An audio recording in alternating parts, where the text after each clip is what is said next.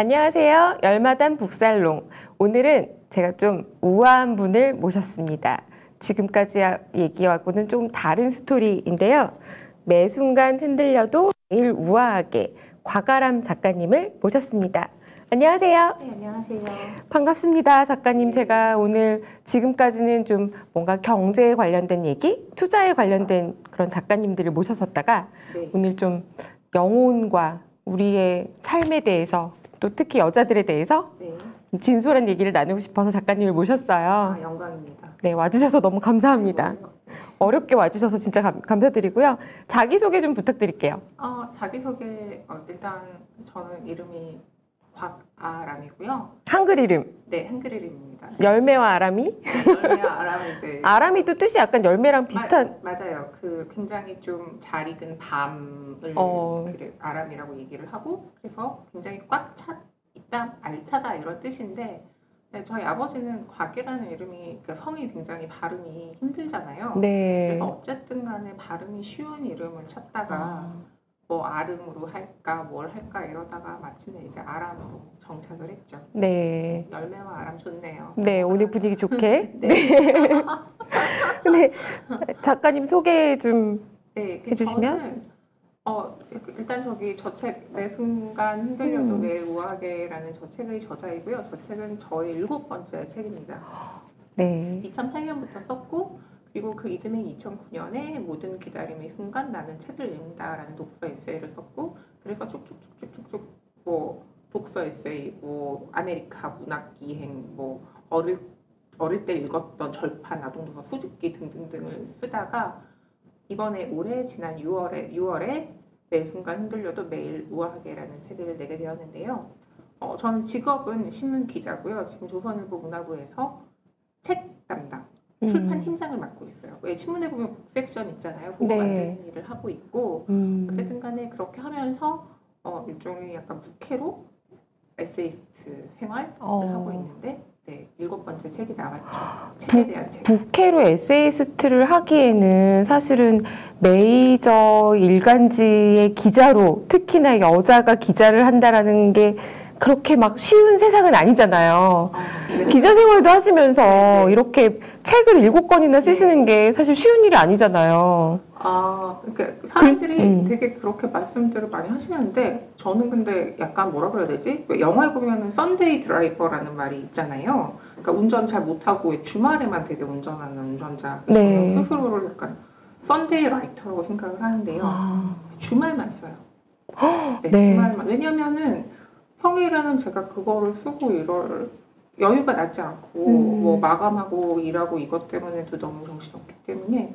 근데 제가 이제 주말은 이제 제 나름대로 제가 또 싱글이고 이러니까 제 시간을 이제 쓸 수가 있으니까 그냥 주말에는 쓴다 이렇게 생각을 하고, 그러니까 큰 욕심을 내지 않고, 뭐 아마 전업 작가분들은 매일매일 쓰시잖아요. 그쵸. 매일매일 쓰시는데 저는 그럴 수는 없죠. 제가 전업 작가는 아니니까. 그러니까 저희 밥벌이는 여기에 있고, 이건 하나의 어떤 뭐랄까 부캐이자 그 노후 대비 약간 연금 개념으로 이제 열심히 이제 좀 주말마다 이제 차곡차곡. 아니 근데 너무 훌륭하시기도 하고, 제가 또 사실 책을 읽으면서 초반 도입부에 확 끌렸던 부분이 있어요. 왜냐면 저도 직장을 다니면서 비슷한 또래이고 사실 되게 센스 있다라고 느꼈던 부분이 뭐냐면, 사람들이 자꾸 나이를 물어보고 싶어 하잖아요. 결혼했는지 나이는 몇 살인지 이걸 되게 궁금해하는데 작가님께서 센스 있게 하신 답변이 이효리랑 같아요. 근데 제 또래들 그렇게들 많이 하는데. 그런가요? 네, 그쵸. 네, 그냥 이제 뭐라고 이제 물어보는 분이 되게 무슨 나쁜 의도가 있는 건 아니잖아요. 그쵸. 우리나라에서 되게 이제 궁금하니까 물어보는데, 답하는 입장에서는 또 굳이 또 뭐 그렇게 뭐 얘기하면 뭐 결혼을 하셨나요? 뭐 남편은 뭐 하세요? 뭐 안 했다 그러면 항상 하시는 말씀이 부모님이 너무 걱정이 많으시겠어요. 막 이러면서 왜 부모님 걱정을 하고, 뭐 언젠가는 좋은 사람 만나실 거예요. 뭐 지금이라도 노력을 해야죠. 뭐 이런 얘기를 하는 게 저는 너무 이제 번거롭고, 굳이 그런 얘기를 듣고 싶지 않으니까 그냥 그냥 이효리랑 동갑이에요. 막 이렇게 얘기하면은 뭐 그냥 탕웨이랑도 동갑인데 뭐 이러면서 또는 뭐 김태희랑 같은 학번이에요. 전시회에서 했지만 뭐 이런 식으로 얘기를 하면 더 이상 작가님답게 굉장히 센스 있으신 답변이신 것 같아요. 그래서 약간 이 책도 부제가 모멸의 품위를 옹수하는 책 읽기. 네, 그렇죠. 네. 그래서 이 책을 집필하시게 된 계기라면? 계기는 네. 사실 이 책은 처음에 자기계발서로 기획이 되었던 책이에요. 그래서 제가 자기계발에 응하거나 이런 건 절대 아니고 저는 정말 자기계발과 극단에 있는 인간인데 아침에 일어나는 거 제일 못하고 주말에는 반드시 늦잠을 자야 되고 뭐 그때 그런 사람인데 이 책이 이제 출판사가 이봄이라는 출판사에서 나왔는데 거기 이제 대표님이 고미영 대표님이라는 분이 이 책의 편집자셨어요. 근데 저랑은 이제 제가 출판 담당을 하니까 취재원으로 이제 알고 지내던 분이었는데 그전에는 한 일 때문에 한 2번 뵀었는데 3번째 만나자고 하시더니 3번째 만나는 날에 책을 좀 써보라고. 근데 자기계발서를 써보는 게 어떻겠냐고 저한테 얘기를 하더라고요. 신문 기자로 오래 다니시고 또 나름 팀장님 아니세요? 그때는 아니었고요. 저는 팀장은 작년 12월이었기 때문에 그때 한미한 팀원이었죠. 네. 제가 작년 12월까지만 해도 정말 팀의 나이는 많지만 이제 고령화 팀이 이제 작년에 18년 차 막내였어요. 올해 19년 차인데 18년 차 막내. 그때는 17년 차 막내였나 이 책 얘기를 들었을 때. 근데 이제 그때 이제 그러면서 요즘 여성의 야망에 대한 이야기가 되게 인기가 있다. 그러니까 야망에 대한 책을 한번 써보는 게 어떻겠냐라고 얘기를 하셨는데 제가요? 내가 야망 같은 거 없다고. 그러니까 그런 어떤 야망 같은 거대한 거는 저는 가져본 적이 없고 제가 그냥 하나 가지고 있는 그냥 생각이라면은 그냥 내 밥벌이는 내 손으로 한다. 그리고 남에게 기대지 않는다. 그러니까 어쨌든 간에 혼자 힘으로 좀 살 수 있도록 독립한다. 그거밖에 없다 그랬더니 그거야말로 대단한 야망이라면서 계속 이제 설득을 하는 거예요. 그러면서 뭐 야망에 대한 책을 써봐라. 그러면서 그리고 책에 대한 독서 에세이를 좀 쓰자 이렇게 얘기를 하셨는데 저는 사실 제가 그전에 독서 에세이를 계속 썼었거든요. 2번째 책도 독서 에세이였고 그 뒤에 아까 말씀드린 절판 아동도서 후집기도 있었고 그리고 무슨 아메리카 문학 기행 뭐 이런 것도 있어요. 제가 이제 미국에 연수학에 있었을 때 뭐 바람맞게 사라지다 이런데 투어한 이런 얘기 등이 있어서 그러면은 사람이라는 게 사실 좋아하는 책이라는 건 한정되어 있고 가장 이제 아름다운 이야기를 할 수 있는 책은 한정되어 있는데 나는 또 독서 에세이를 쓰면은 뭔가 좀 동어 반복을 하게 될 것 같고 자기 복제를 하게 될 것 같아서 저는 그러고 싶지 않다라고 얘기를 했더니 저한테 아니다. 옛날에 읽었던 책을 다시 읽으면 또 다른 게 보일 수도 있다. 이렇게 막 이제 설득을 막 하는 거예요. 그래서 이제 거기 넘어가서 책을 계약을 하게 되었죠. 그래서 처음에 이제 자기계발서 성격을 가지고 막 야망이 있는 이제 여자들을 찾아 나선 거예요. 네. 그래가지고는 그렇게 나서가지고 해보려고 했는데 제가 생각할 때 어떤 야망이라고 하는 것은 우리가 쉽게 말하는 어떤 높은 자리까지 가거나 아니면 굉장히 돈을 많이 벌거나 뭐 이런 거라기보다는 자기 마음의 어떤 상태를 가볍게 유지하는 게 야망인 것 같다라는 생각을 했어요. 그러니까 자기 마음의 상태를 굉장히 좀 품위가 있도록 유지하는 거 있잖아요. 예를 들자면 모멸의 순간이라는 게 있잖아요. 누군가 나에게 모욕을 주더라도 우리가 2가지 선택을 할 수 있죠. 누군가 나에게 모욕을 줬어요. 그러면 그 사람한테 똑같이 욕을 하고 쌍욕을 하고 맞붙어가지고 머리끄덩이 잡고 싸울 수도 있고 또 다른 하나의 선택은 내가 조금 더 이제 훌륭한 인간이 되어서 뭔가 좀 의연하고 품위 있게 그 상황을 넘길 수가 있는데 저는 이 2번째 굉장히 어렵다고 생각하기 때문에 그런 사람이 되고 싶다라고 옛날부터 생각을 해왔고 그러면은 나의 야망이란 무엇인가라고 생각을 할 때 그건 나의 마음의 문제이다. 그 마음이라는 것이 굉장히 좀 어떤 품위가 있고 우아한 상태를 유지하고 싶다라는 게 야망이지 않을까라고 생각을 하고 그러면 어릴 때부터 읽었던 책 속에서 이제 그런 태도를 왜 알려주는 주인공들이 있잖아요. 맞아요. 맞아요. 그쵸. 어릴 때 특히 어릴 때 책을 읽으면 이 주인공처럼 살아봐야지라는 생각을 하게 되잖아요. 그래서 그런 이제 주인공들을 찾아가지고 나선 거죠. 그래서 20명을 찾아서 제 나름의 그래서 독서 에세이를 쓰고 야망 에세이라고 폴더도 만들었어요. 노트북 폴더도 만들어 차곡차곡 저장을 해놓았더니 출판사에서 보고는 자기계발서는 아닌 것 같다고 그냥 좀 더 문학적인 책을 만들어 보겠다고 자기계발서는 아닌 것 같다 라고 해서 나오게 된 게 이 책인 거죠.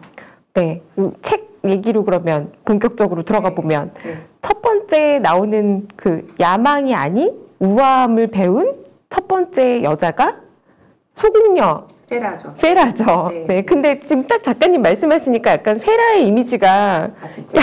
약간 느껴지는 것 같아요. 네. 우아함을 절대 잃지 않겠다. 약간 이런 그런 이미지가 약간 있으신 것 같은 느낌이에요.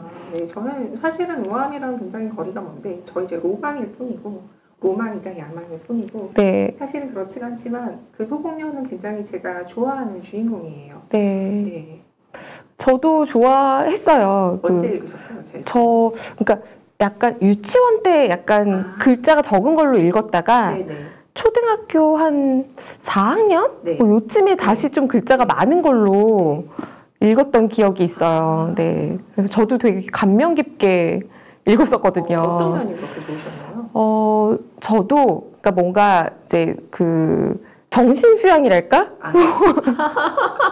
그러니까 현실은 시궁창이잖아요. 네. 근데 그걸 계속 극복하는 멘트를 소공녀가 하잖아요. 네. 그 세라가 계속 그래도 나는 우아할 거야. 맞아요. 그리고 네. 나는 진짜 공주야. 약간 그런 식의 네. 멘트. 그리고 네. 저들이 나한테 어떻게 해도 나는 네. 이걸 정신으로 나는 원래 우아했으니까 괜찮아. 라는 식의 이제 이런 멘트들. 나는 달라지지 않아. 라는 뭐 그런 그리고 이제 나중에 이제 다시 공주가 되는 과정에서도 네. 뭔가 우와 약간 이런 느낌이 아니고 나는 원래 그래. 원래 내 자리니까. 상황이 바뀌더라도 나는 달라지지 않아. 이게 굉장히 이제 어린아이가 그렇게 한다라는 게 저는 굉장히 놀랍다라고 생각을 했고, 네. 그러니까 그 배경이 런던이잖아요. 네. 런던인데 이제 세라는 인도에 있다가 아버지가 군인이기 때문에 군인인 아버지와 함께 인도에서 살다가 이제 그쵸. 그 교육을 위해 가지고 엄마는 죽고 없고 런던에 기숙학교에 오잖아요. 굉장히 참 부잣집 딸이어가지고 학교에서 정말 공주님 대접을 받고 뭐 예를 들자면 뭐 그런 식인 거죠. 뭐 옷도 제일 예쁜 걸 가지고 있으니까 일요일에 교회 갈 때 애들 제일 앞에서 이런 식이었는데 그러니까 굉장히 이제 그렇게 대접을 받다가 아버지가 이제 다이아몬드 광산을 발견했다 이래가지고 학교에서 얘가 더 큰 부자가 됐나 보다 이래가지고 교장 선생님이 정말 더 잘해주고 이러는데 결국은 아버지가 광산은 없었던 걸로 되고 파산하고 아버지는 병으로 죽고 정말 고아가 되어가지고는 이제 학교의 특별학생에서 하녀로 전락하고 쥐가 우글거리는 다락방에 살게 되잖아요. 맞아요. 그리고 교장 선생님 민친 교장이라는 그 사람이 굉장히 가진 구박을 받는데도 항상 생각을 하는 거죠. 내가 비록 다락방에 있지만 나는 내 마음속은 진짜 공주처럼 유지를 할 거야. 여기서 얘기하는 거 공주라는 게 공주병이라고 할 때 그런 재수없는 그런 공주가 아니라 그냥 그런 어떤 품위 있는 태도 있잖아요. 그런 태도와 우아함을 굉장히 제 마음에 유지를 하고 저 사람이 그러니까 그렇게 생각을 하는 거죠. 뭐 앞에서 이제 이 민친 교장이 굉장히 막 모욕 주는 말을 할 때도 그냥 되게 평온한 얼굴로 이제 웃어 넘겨요. 그러니까 그 야단치는 사람 입장에서 속이 터지죠. 이제 그렇죠. 쟤는 왜 저럴까 싶은데 너는 왜 그렇게 웃니? 라고 물어보면은 저는 선생님이 지금 제가 누구인지를 모르고 이런 일을 하신다고 생각을 하고 있다. 이런 식으로 얘기를 하는 거죠. 제가 정말 공주라면 어떻게 하시겠냐고. 그러니까 누가 보면 약간 쟤는 망상 아닌가 이렇게 생각할 수도 있는데 그게 책의 힘인 거예요. 세라가 굉장히 독서를 많이 하고 책을 좋아하는 아이였기 때문에 예를 들자면 이제 뭐 마리 앙뚜아네트 이야기 이런 것들을 읽는 거죠. 뭐 감옥에 갇혀 있으면서도 뭔가 긍지를 잃지 않았던 그런 이제 측면에 굉장히 주목을 하게 되면서 자기를 다스리는 어떤 수양의 그런 이야기가 있어서 굉장히 좋아했던 것 같아요. 그래서 네, 그런 어떤 품이라면 우리가 어른이 되어서도 기억하고 좀 배워볼 만하지 않은가라는 생각에서 소공녀 이야기를 했었는데 의외로 많은 분들이 좋아하는 주인공이라고 말씀해 주시더라고요. 네, 맞아요. 어릴 때 어떤 책을 읽고 자랐는가가 그 성인이 되었을 때에도 상당히 많이 영향을 준다. 네, 그렇죠. 그런 말씀하셨는데 네. 그것도 참 일리 있는 되게 중요한 얘기인 것 같아요. 네, 저는 궁금한 게 어릴 때 읽었던 책 중에서 잊혀지지 않는 주인공이랄까 뭐 그런 거 있으세요? 저는 이제 의외의 장면들이 있어요. 네네. 그러니까 그 전체의 스토리도 중요하지만 어떤 그 그림책에서의 어떤 한 장면들 이런 것들이 되게 오랫동안 기억에 남는 그 뭐 예를 들면 초등학교 저학년 때 윤동주의 별의 는 밤을 읽었는데 네. 그게 너무 너무 사로잡았다던가 뭐 그런 것들 그러니까 그런 게 이제 한 샷으로 딱 남아 있는 게 강렬하게 있는 것들이 영향을 계속 주는 게 있고요. 그리고 저 같은 경우는 초등학교 4학년, 5학년 때 책을 제일 많이 읽었던 것 같아요. 평생 중에. 많이 읽죠. 네. 그리고 애들이 읽었던 책을 되풀이해서 막 읽잖아요. 맞아요.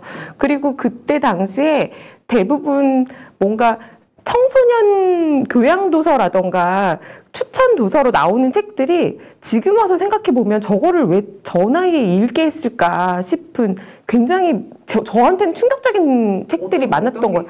예를 들면은 그 작가님 책에서도 나오는데 데미안이라던가. 초등학생이요? 네, 그 중학교 1학년? 초등학교 6학년? 중학교 때는 읽으라고 하죠. 근데 초등학교 때는 뭐 아마 이제 초등학교 한 6학년쯤 되면 초등학교 때 책을 좀 읽고 나면 중학교 걸 읽잖아요. 그것도 그렇고 그러면서 뭐 데미안 읽고 나면 더 궁금해지니까 뭐 수레바퀴 밑에서를 읽는데 뭐 주인공 자살을 한다든지 그런 것들이 되게 강렬하게 남았던 게 있는 것 같고요. 그리고 사실 오늘 우아한 얘기를 하려고 했는데 작가님 책에서 제가 또 와닿았던 것 중에 그런 부분도 있어요. 어린아이가 너무 이 독서를 많이 하는 거는 약간 자연스럽지 않다? 네, 저는 이제 굉장히 이제 책을 많이 읽는 아이였는데 제가 그때 저 자신을 돌아보면 그냥 사람들을 별로 상대하고 싶지 않았던 것 같아요. 그러니까 사람들을 굉장히 상대하기가 버거우니까 일단 책을 잡고 있으면 아무도 안 건드리잖아요. 그리고 맞아요. 뭐 부모님도 얘가 공부를 하나 보다라고 생각을 하고 주변 사람들도 얘가 이제 뭘 하나 보다라고 생각을 하고 간섭받지 않고 좋은 취미라고 생각을 했기 때문에 약간 이제 책 속으로 약간 도피를 하는 것 같은 그런 마음가짐이 있었던 것 같아요. 제가 그렇게 막 외향적인 성격이 지금도 사람들은 안 믿는데 사실은 아니고 그때도 아니었고 굉장히 좀 내성적인 성격이고 사람을 대하는 거를 좀 쉬워하지 않았었기 때문에 책 속의 인물들이 훨씬 더 친구 같았죠. 지금도 좀 그래요. 현실 속의 인물들보다는 책 속의 인물들이 훨씬 더 친근하게 느껴지고. 갑자기 생각난 게 있어요. 저는 이상한 나라의 앨리스에 너무 빙의가 된 적이 또 있었어요. 별로 좋아하진 않았어요. 진짜요? 네네. 왜 별로 안 좋아하셨어요? 현실 속 인물 현실감이 너무 없는. 네네네.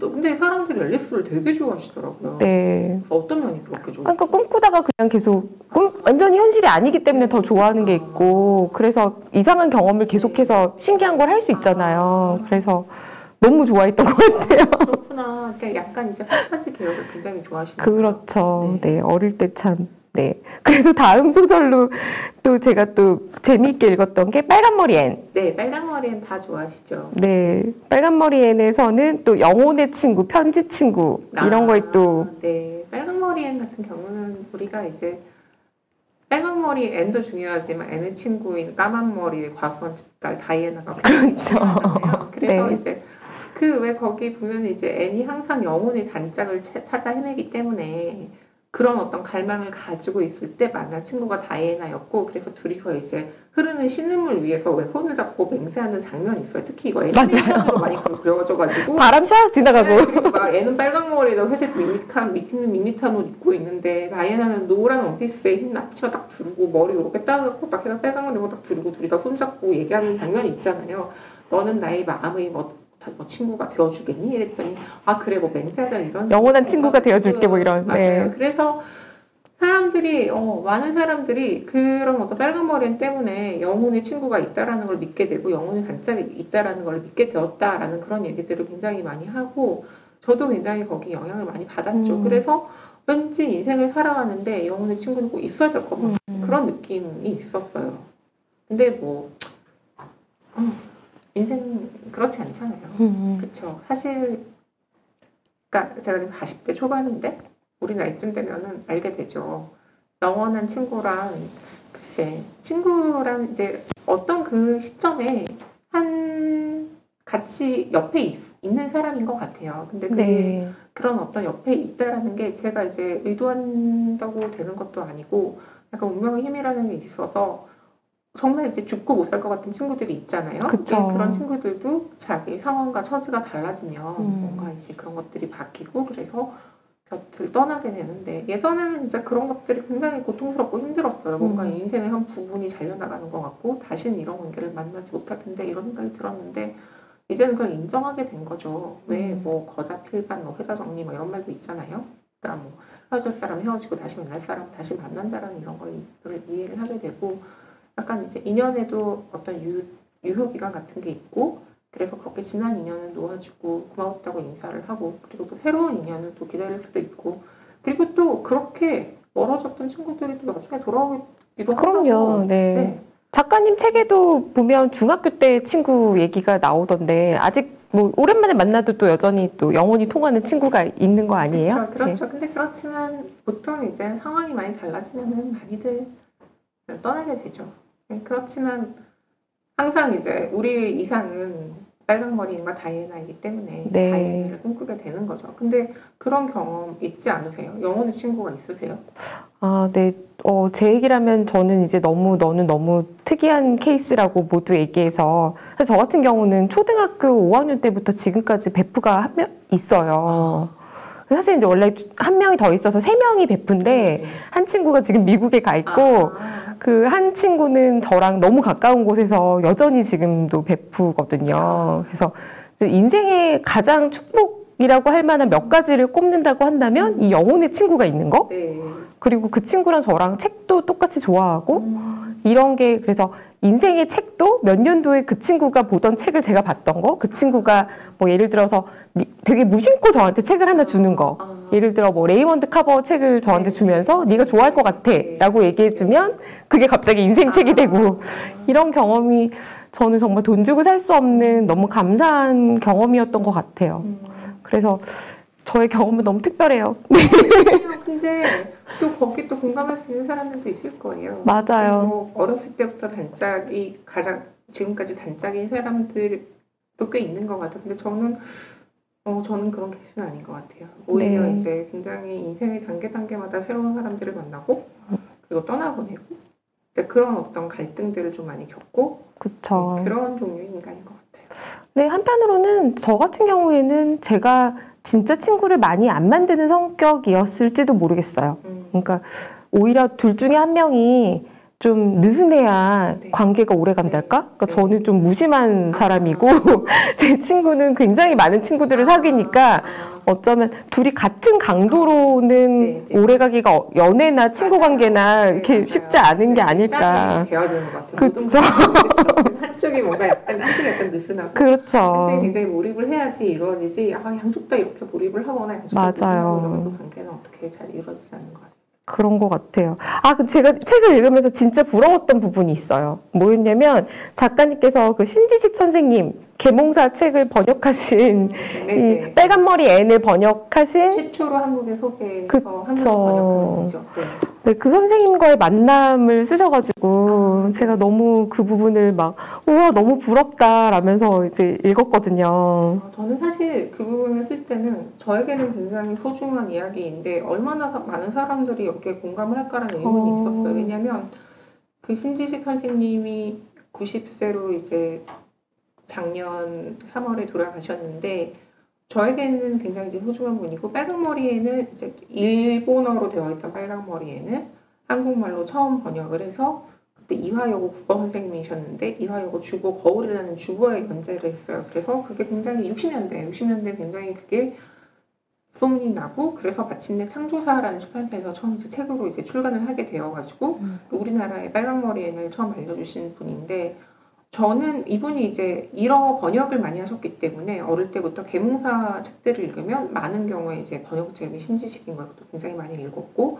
빨강머리에는 첫 번역자가 이분이라는 것도 알고 있어서 제가 2014년에 인터뷰를 했었거든요. 그래서 그런 어떤 계기로 선생님이 또 굉장히 이제 또 다정하고 좋은 분이라 제가 손녀뻘이란 말이에요. 저희 외할머니랑 비슷한 나이신데 계속 연락을 주시고 만나면 밥을 사주시고 뭐 또 만나서도 얘기하면 너무 재밌어요. 맨날 읽었던 책 얘기하면은 막 그런 거에 통하고 소녀의 영혼을 가지고 계시던 분이었어요. 이제 그런 분이어가지고 그런 이야기가 굉장히 저한테는 의미가 있고 그런데 궁금했던 거죠. 이 할머니 사실 아무도 예전에는 이제 굉장히 이제 베스트셀러 작가였고 60년대, 70년대에는 그런 분이었지만 지금 우리 세대는 잘 모르는데 이 할머니의 이야기를 썼었을 때 얼마만큼 사람들이 공감할 수 있을지에 대한 의문은 있었어요. 근데 저는 이제 빨강머리 애니라고 하면 신지식 선생님이 떠오를 만큼 저한테는 굉장히 소중한 이야기였기 때문에 그 이야기를 썼는데 많은 분들이 이 책에서 가장 감동적이었던 챕터는 그 챕터라고 얘기를 해주셔서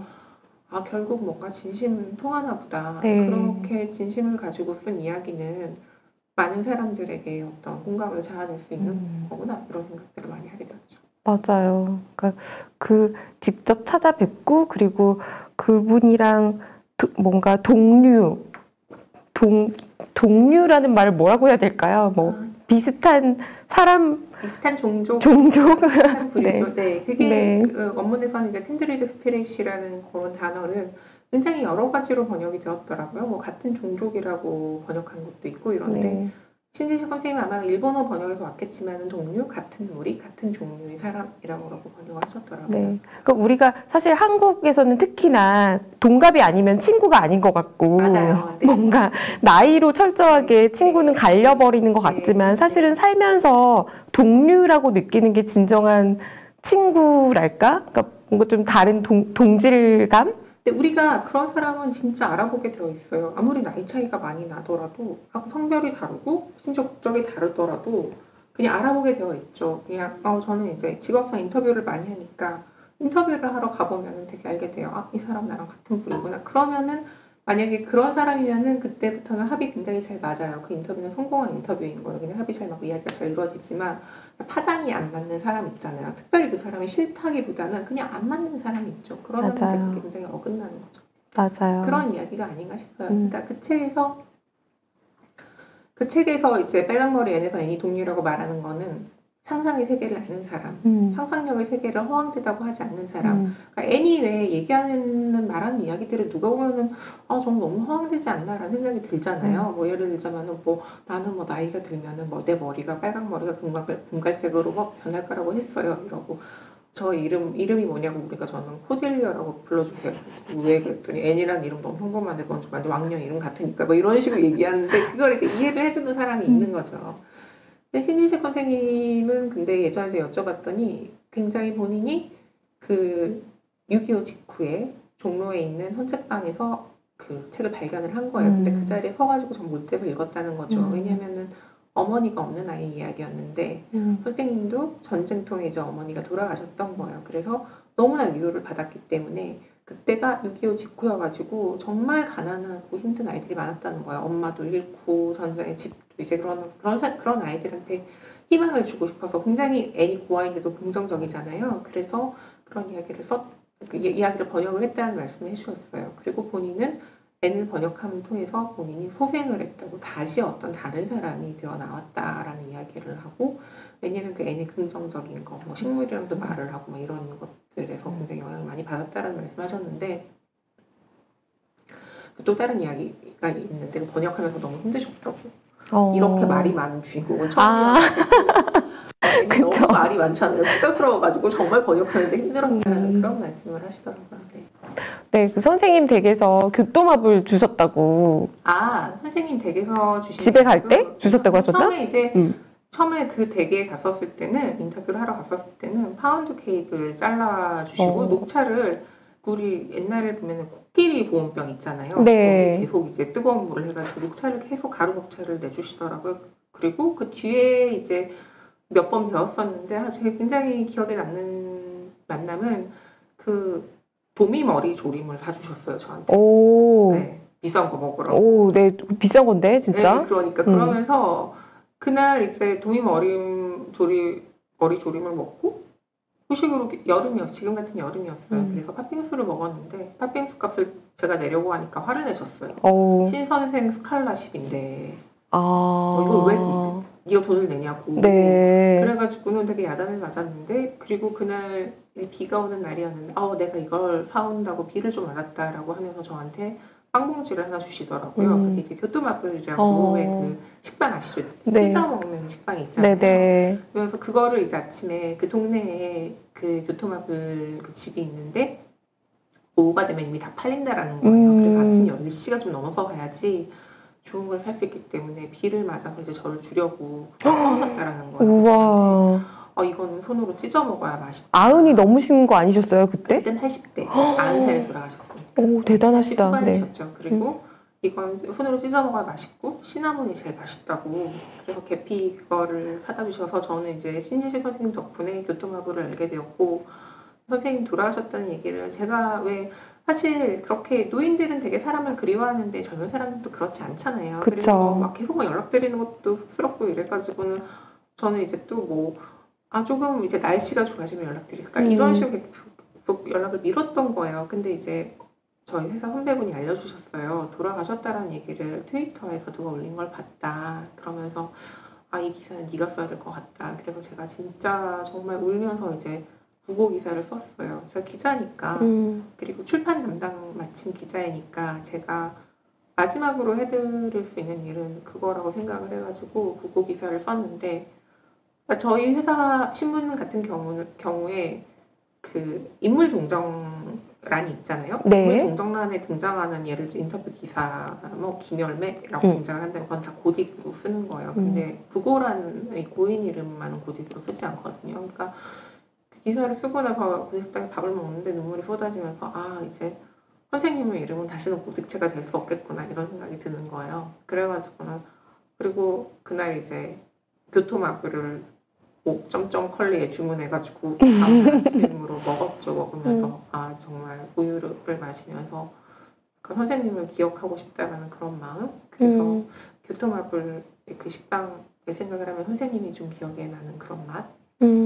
그런 아직도 정말 내가 비 오는 날에 이걸 사왔어 했던 선생님이 생각이 나는 것 같은 그런 어떤 식당의 추억이죠. 되게 참, 네. 그 흔히 약간 기자라는 직업에 대한 일반 사람들의 되게 편견이 되게 많을 것 같아요. 그렇죠. 네. 센 여자 일단. 맞아요. 여자 기자라고 하면 맞아요. 센 여자. 약간 쌍시옷을 잘 쓸 수 있을 것 같은 여자. 한 번도 써본 적이 없어요. 네. 그런 이미지.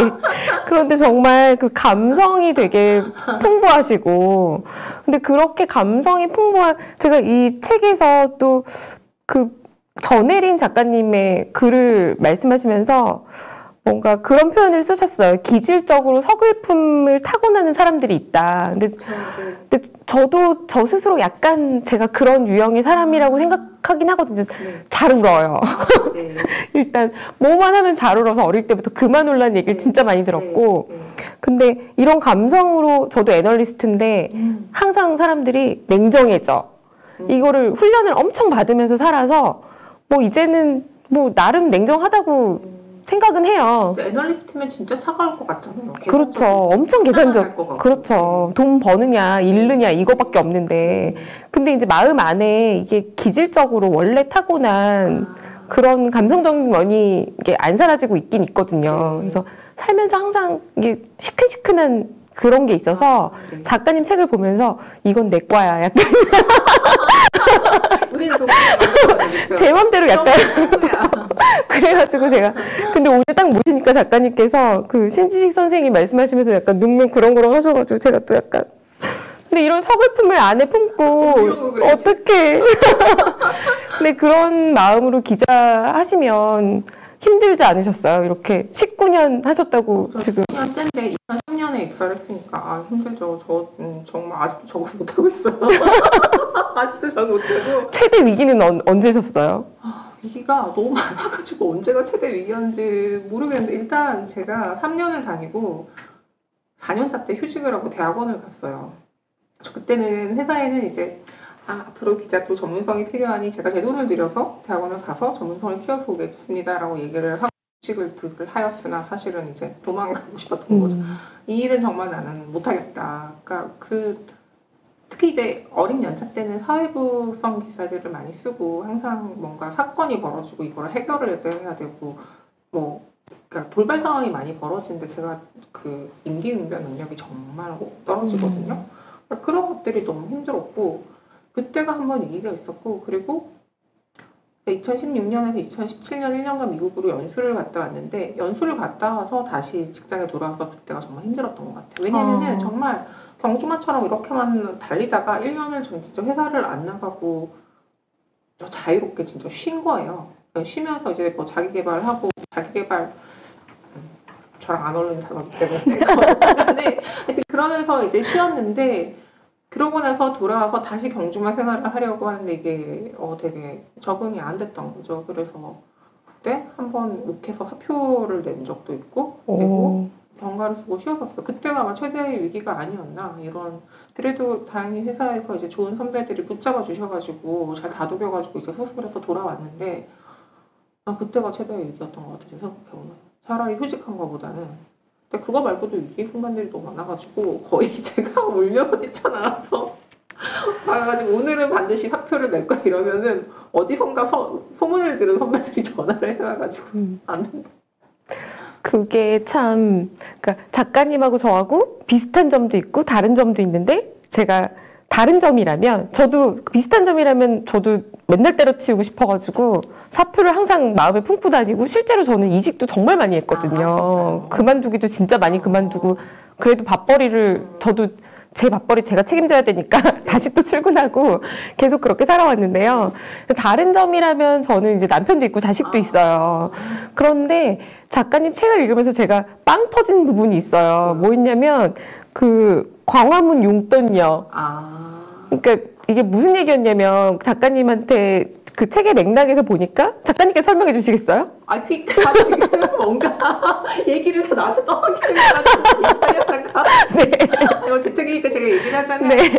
그냥 이제 아는 사람들이랑 뭐 이거저거 뭐 얘기를 하다가 뭐 금수저 뭐 이런 얘기가 나왔던 거예요. 그래서 내가 세상에 부유한 사람들이 생각보다 되게 많더라. 그러면서 내가 아는 사람은 그냥 학생인데 한 달 용돈만 500만 원을 받더라. 근데 이제 뭐 그런 사람도 있더라. 그냥 막 그런 얘기를 했어요. 그랬더니 누가 저한테 아람 씨도 한 달 용돈 몇백만 원씩 받잖아. 뭐 이러는 거예요. 그래서 왜 제가 용돈이 어딨어? 이랬더니 혼자 사니까 월급이 용돈이지 뭐 이러는 거예요.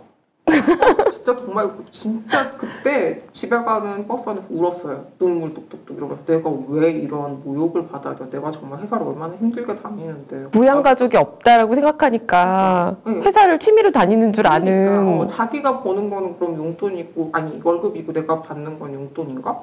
그러면은 애 없는 부부는 용돈 벌러 회사 다니고 용돈 둘이 벌러 다니는. 그러니까 그리고 뭐 애 하나 있으면은 용돈이고 한 명은 절반 돈 아닌가? 뭐 이거 너무 화가 나더라고요. 그래서 정말 뭐 남자든 여자든 간에 싱글로 살아간다라는 게 참 쉽지가 않다라는 걸 깨닫고 그래가지고 친구들한테 이제 저희 동종업계 친구들이 있거든요. 네. 그런 얘기를 했어요. 그랬더니 친구들이 같이 막 분노하면서 별명을 붙여줬죠. 광화문 용돈이라고. 그래서 저는 그 채팅방에서 저희 그 닉네임이 한동안 광화문 용돈이었어요. 근데 이제 이게 좀 다른 맥락이긴 하지만 저도 직장을 다니면서 비슷하게 이제 여자로서 애도 키우고 저도 열심히 다니고 있는데 비슷한 맥락에서 듣는 얘기가 너는 남편도 벌잖아. 그러니까 항상 여성의 뭔가 수입은 부수적인 걸로 취급을 그러니까 그런 것 같아요. 남편이 있으면 남편이 있으니까 너 뭐 약간 취미로 다니는 거 그렇죠. 없으면 없으니까. 혼자 사는데 누가 뭘 돈을 대줘요. 나는 정말 내가 없으면 난 끝인데 진짜. 그렇죠. 그래서 참 느낀 게 아직까지도 이 사회에서는 이게 참 이게 여자로서는 싱글이든 결혼한 워킹맘이든 여전히 힘들구나. 공감. 그렇죠. 결혼을 하면은 왜 안 하냐고 그러고 결혼을 하면은 뭐 애만 신경 쓴다. 집에서 애나 보지 왜 나와 있냐 그러고 그렇죠. 뭐 여러 가지 말들이 되게 많은 것 같아요. 제가 이제 저도 독서를 좋아하긴 하지만 인생에서 독서를 많이 하던 시절이 있고 한동안 안 할 때가 있잖아요. 책태기겠죠. 책태기. 책태기요? 책태기. 책태기. 그러네요. 권태기. 책에 대한 권태기가 있죠. 네. 그런데 생각해보면 책태기가 올 때가 두 종류인데 인생이 너무 즐겁거나 너무 괴로우면 책태기가 오더라고요. 근데 너무 즐거웠을 때야 뭐 즐거웠으니까. 근데 책태기를 겪다가 다시 책을 잡은 게 몇 년 전부터였던 것 같아요. 근데 이거라도 잡아야 되겠다라는 생각이 든 거는 약간 제가 어릴 때 책을 한동안 열심히 읽었던 거는 작가님 말씀하셨던 것처럼 책을 잡으면 누구 잔소리를 안 하니까 학교에서 누가 안 건들고 집에서 누가 안 건들고 공부하는 줄 알고 그러니까 이제 책 보기가 제일 좋은 거예요. 근데 심지어 회사에서나 지하철에서나 어디서든 여자가 책을 들고 있으면 누가 함부로 건들진 못하는 그래서 이게 그리고 정신적으로도 네. 너무 이제 힘들 때 책에 확 빠져들게 네. 되더라고요. 이게 네. 말을 해명을 해도 안 되고 이제 이런 어느 순간 회사에서 사람들을 보면 없어진 거예요. 다 내 위에 여자는 왜 다 없어졌지? 맞아요. 동료들은 다 어디 갔지? 그러니까요. 전 동료들은 많이 남아 있는데 네. 정말 선배들은 어느 순간 보면 다 없어진 것 같아요. 그래도 동료들은 많이 있으세요? 우리 동료들은 거의 다 싱글이었고 많은 동료들도 절반은 없어서 많지는 않아. 저희가 원래 12명 입사해가지고 남자 반 저희가 최초로 여자 반 남자 반이었어요. 50%였었거든요. 여성신문에서 인터뷰하러 오고 그랬어요. 네, 그 한국 언론계 아마 언론사 최초로 남녀 반반 입사였었거든요.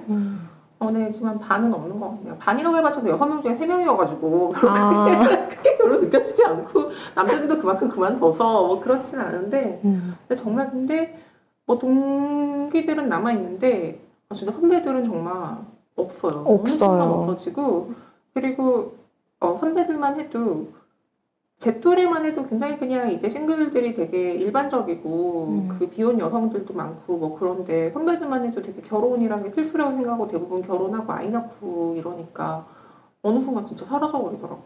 그렇죠. 네, 진짜 없는 것 같아요. 그래서 아직도 참 많이 바뀌긴 했으나 아직도 별로 또 바뀌지 않은 것 같다고 생각하면 별로 안 바뀐 것 같은 그런 느낌? 그리고 계속 외로워진다? 그냥 맞아요. 책을 붙잡아야 되겠다? 진짜 근데 그거 직장에서는 정말 외로워요. 정말 없기 네. 때문에 뭐를 합의원하려고 해도 또 여자 선배들이 하나도 없어요. 진짜 누구를 붙잡고 얘기를 하면 사람이 취해지니까 추함을 우아하게 승화시키기 위해서 자꾸 책을 찾게 되고 그리고 이제 이렇게 되는 것 같아요. 책 한 권 사면 이제 뭐 한 1, 2만 원 하잖아요. 사람을 만나서 커피를 마시면 딱 그 정도 돈이 들더라고요. 근데 그냥 한 권 사서 내가 나랑 작가랑 만난 걸로 치자. 정말 슬프다 근데. 너무 슬프죠. 나 어떻게 오늘 울어야 되니까. 근데 이게 뭐 오늘 너무 슬픈 무도로 가서 그런데 저는 약간 추천하는 방법이기는 해요. 그냥 한 3시간 정도 시간을 내서 누구를 만나서 쓰는 시간과 노력 대비해서는 자기한테 맞는 책을 찾아가지고 하는 게 나한테는 그래도 남더라고요. 왜 이렇게 슬프지? 책을 너무 많이 만나요. 제가 지금 책 담당을 하고 있기 때문에 정말 일주일에 100권 이상을 만나서 신간이 오니까 100권 이상 너무 많이 만나가지고 좀 그만. 직업이 그러시니까. 직업을 읽으니까 이게 그것도 안 좋네요. 약간 무슨 생각이 드냐면 지금 만남으로 말씀하시니까 약간 결혼정보회사에 보면 저 결혼정보회사 가입을 한 적은 없는데 왜 되게 좀 뭔가 공짜로 너 회원 가입해라 다 여자 소개시켜줄게 이런 시스템이 있다며요. 네. 그래서 정말 의미 없이 정말 스펙이 좋다라는 이유만으로 되게 의미 없이 되게 매주 여러 여자들을 만나는 남자의 제가 얘기를 들은 적이 있는데 근데 본인 삶이 너무 공허하다라는 그런 얘기를 하더라고요. 약간 그런 기분이에요. 작가님 너무 많이 지금 들어와서 그렇구나. 그러니까 일이니까 일로 이제 그런 책들을 굉장히 많이 보게 되고 그리고 정말 일로 계속 그 독서를 하다 보면은 정말 좋아서 하는 독서는 그 중에서 이제 꼽게 되는 거죠. 왜냐면 일 자체가 책을 읽는 거기 때문에 일 외에는 이제 일과 시간 외에는 다른 걸 하고 싶은 거죠. 그래서 정말 즐겁게 책을 읽어본 기억은 옛날만큼 많지는 않은 것 같아요. 그 밀도가 그래요. 다른 거죠. 그래서 직업이 되면은 다 참 즐거움을 잃게 되는 것 같아요. 어렵다. 그러면 저도 원래 다음 질문으로 써놓은 게 그거였는데 독서의 목적과 의미는 뭐냐? 근데 뭐야 이거? 직업이 되면 의미가 없다. 직업이 되면 의미가 있죠. 돈을 주잖아요. 그렇죠. 돈 받고 하는 모든 일은 재미가 없어. 근데 자리. 우리가 키워드는 자리이고 경제적 자유이기 때문에 굉장히 중요한데. 맞아요. 근데 독서의 목적과 의미에 대해서 저는 확고한 견해를 가지고 있어요. 그러니까 저는 이제 뭐 예를 들자면은 책을 많이 읽혀야지 그러니까 공부를 잘한다 막 이런 식의 책들이 되게 많잖아요. 저는 그건 굉장히 위험하다고 생각을 하고 뭔가 물론 독서를 많이 해서 어렸을 때 독서를 많이 해서 언어 능력이 이제 키워져가지고 언어 영역 점수가 좋고 이럴 수는 있겠죠. 그건 굉장히 부수적인 거지. 그걸 목표로 책을 읽히면은 재미가 없어지지 않을까요? 그러니까 저는 제가 생각하는 독서의 목적이라는 거는 어떤 지식을 쌓기 위한 이런 것도 아니고 어린 시절 독서의 목적은 결국은 나중에 우리가 어른이 되면 굉장히 많은 유혹도 있고 뭔가 인생이 좀 진창 같고 좀 뭐 말하는 모멸감 뭐 그런 거 있잖아요. 뭐 너 네가 직급이 낮으니까 뭐 너는 돈이 없잖아. 뭐 너는 뭐 이렇잖아. 뭐 너는 뭐 하여튼 뭐 이런저런 이제 모멸감 같은 거 느끼게 되는데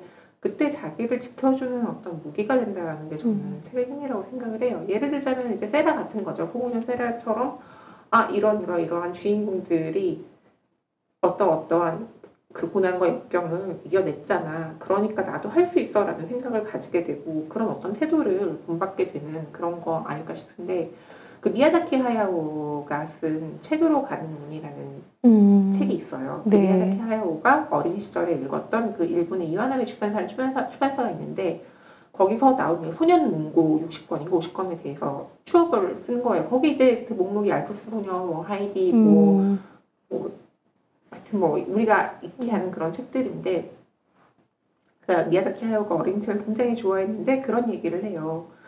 그 어린이 책의 그 가장 큰 의미는 아이에게 네가 이 세상에 태어나서 참 잘했다. 태어나길 참 잘했다라는 거를 깨닫게 해주는 거라는 그런 얘기를 하거든요. 왜냐하면 그 일본의 경우에도 어린이 책이 굉장히 이제 붐을 일으켰던 게 2차 대전에서 일본이 망했잖아요. 그 이후에 굉장히 서양의 어떤 일어난 도서들을 많이 번역을 해가지고 들여온 거예요. 근데 거기 보면은 우리가 일본 거를 많이 번역해가지고 가지고 왔기 때문에 어차피 그 목록들이 굉장히 같은데 왈프스 소녀 하이디, 빨강머리 앤, 뭐 소공녀 세라 등은 같은데 공통점이 있어요. 애들이 다 엄마가 없어요, 대부분. 맞아요. 그렇죠. 대부분 엄마가 그러네. 없잖아요. 그렇죠. 뭐 빨강머리에도 엄마가 없지, 하이디도 엄마가 없지, 뭐 세라도 엄마가 없지, 뭐 하여튼 뭐 등등등 다 엄마, 뭐 방랑이 고아 라스무스도 엄마가 부모가 없잖아요. 집 없는 아이라는 책도 있잖아. 심지어 그러네요. 이탈리스 할아버지랑 같이 개 데리고 막 떠돌아다니는 그런 얘기도 있는데 그런 이야기들을 많이 이제 그게 읽혔던 이유가 뭐냐면 실제로 엄마 아빠가 없는 애들이 너무 많았으니까 전쟁 때문에.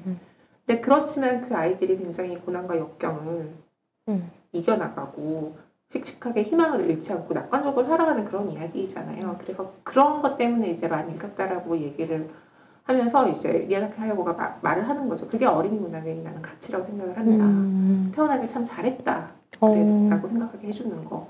그것과 마찬가지로 우리나라도 이제 그런 책들이 빨간머리 같은 책들이 6.25 이후에 소개가 되면서 전쟁을 겪고 있던 그 고아들에게 희망을 주고 이랬던 거죠. 저는 이제 그런 미야자키 하야오의 말에서 우리가 독서를 하는 의미를 찾을 수 있지 않을까라고 생각을 하는데 결국은 마음의 어떤 성체를 짓는 방법을 알려주는 것 같아요. 외부에서 어떤 공격이 오더라도 내가 나 자신으로 있을 수 있고 타고난 어떤 좋은 심성을 잃지 않는 어떤 그런 방법? 네, 그런 건 아닐까라는 생각을 합니다. 너무 좋아요. 저 오늘 의상 컨셉도 맞춰 입고 색깔도 똑같은데 민트 초코 너무 좋은데 책 속에 담긴 그림들도 너무 좋아요. 이 그림들은 또 무슨 그림들인가요? 제가 들어봤어요. 네, 들으셔도 돼요. 네. 이게 요 표지가 사실 저희가 표지 그림 고를 때 굉장히 고민을 많이 했는데요. 네. 처음에 이제 편집자분이 제안하셨던 어떤 그 표지는 좀 굉장히 좀 20대 여성들이 좋아하는 그 좀 팝 컬처 같은 그런 그림이었는데 저는 그 그림은 저희 책에는 어울리지 않는다고 생각했어요. 이건 굉장히 서정적인 내용, 이거 좀 서정적인 그림이었으면 좋겠다라고 말씀을 드렸더니 다시 이제 찾아가지고 오셨던 이 그림인데 저는 보자마자 한눈에 이 그림이 굉장히 좋다고 생각을 했는데 그 우지현이라는 우리나라 30대 후반, 중후반의 이제 여자 화가분이 그리신 그림인 거예요. 우지현이라고. 네, 젊은 분이네요. 이 지금 그 그림 이 제목이 안개 속으로라고 해가지고는 여자 2명이 이제 뛰어가고 있는 그런 그림인데 저는 이 그림이 너무 좋았어요. 대부분 여자 뒷모습이더라고요. 네, 이 그림 너무 좋았는데 제 주변에 친구들 너무 무섭다고. 응? 왜 무섭지? 이거 여자 2명이 뭔가를 피해서 새벽에 도망가는 어머. 거야. 머리를 뭐 다 풀어 헤쳤다. 어쩌고 다 무섭다고 내가 뭐가 무섭냐고 막 이랬었는데 나중에 책으로 커버를 한 결과물을 보고는 다 좋다라고 얘기를 하더라고요. 그래서 이 안에 있는 그림을 정할 때도 예를 들자면은 뭐 이런저런 이제 논의들이 있었죠. 제일 이제 쉬운 방법이 명화 있잖아요. 네. 명화를 심는 건데 명화를 심는 안과 이런 어떤 우지현 작가님의 그림 이런 것들이 이제 같이 이걸 하는 것과 굉장히 이제 그 두 가지 안을 놓고 고민했는데 넣어보니까 이 지금 현대 여성들이 그 현대 작가의 현대 여성들의 그림이 들어가는 편이 훨씬 더 생동감이 느껴지는 거예요. 생동감이 느껴지고 이 글의 그 책의 분위기와도 잘 맞더라고요. 그래가지고 이 그림을 하게 되었어요. 하게 되었는데 저 너무 신기했던 게 뭐냐면 그리고 나서 얼마 전에 우지아 작가님을 처음 만났거든요. 만났는데 저희 첫 책이 그 그림이 그녀에게란 2008년에 나온 그림 에세이인데 그걸 들고 나오신 거예요. 어머. 자기가 대학교 때 너무 감명 깊게 읽었던 책이 너무 좋아하는 책이어가지고 서로가 팬이네요. 그러니까 자기가 이 책의 그 일러스트를 의뢰를 받았다라는 게 자기가 너무 신기하고 너무 기뻤다고 그런 말씀을 하시더라고요. 그런 이야기가 있는. 네. 되게 서로가 코드가 다 통하는 묘하게. 네. 그래서 이 그림들이 굉장히 저는 이게 굉장히 잘 어울리고 독자들 반응도 뒷모습이라는 게 굉장히 많은 말을 하는 것 같다라고 생각을 얘기를 많이 해주시고 네, 되게 좋아요. 개인 소장품 아니고요. 그리고 이 그림 같은 경우는 빨강머리엔 챕터에 이제 들어가게 된 가장 중점을 뒀던 그런 그림인 거죠. 되게 이제 작가님께서 어릴 적에 읽으셨던 그 옛날 소설 같은 경우 막 19세기 말? 이때의 소설부터 최근까지의 이런 많은 글들과 막 장유진 작가님이라든지 이런 최신 글들까지 나오면서 그 사이사이에 이렇게 현대 그림이 들어가 있으니까 약간 과거부터의 현대까지의 여자들의 이야기 같은 느낌? 그래서 저는 너무 좋았어요. 이 그림의 느낌. 네. 너무 좋아요. 네. 전체적으로 다 너무 좋았어요. 추천하시고 싶으신 책이 혹시 있으세요? 이 방송 시청자님 네. 책. 맥락 없이 그냥 뜬금없이 워낙 책을 많이 읽으시니까 뭐 네. 뜬금없이 그냥 오늘 갑자기 생각나는 책이라든가.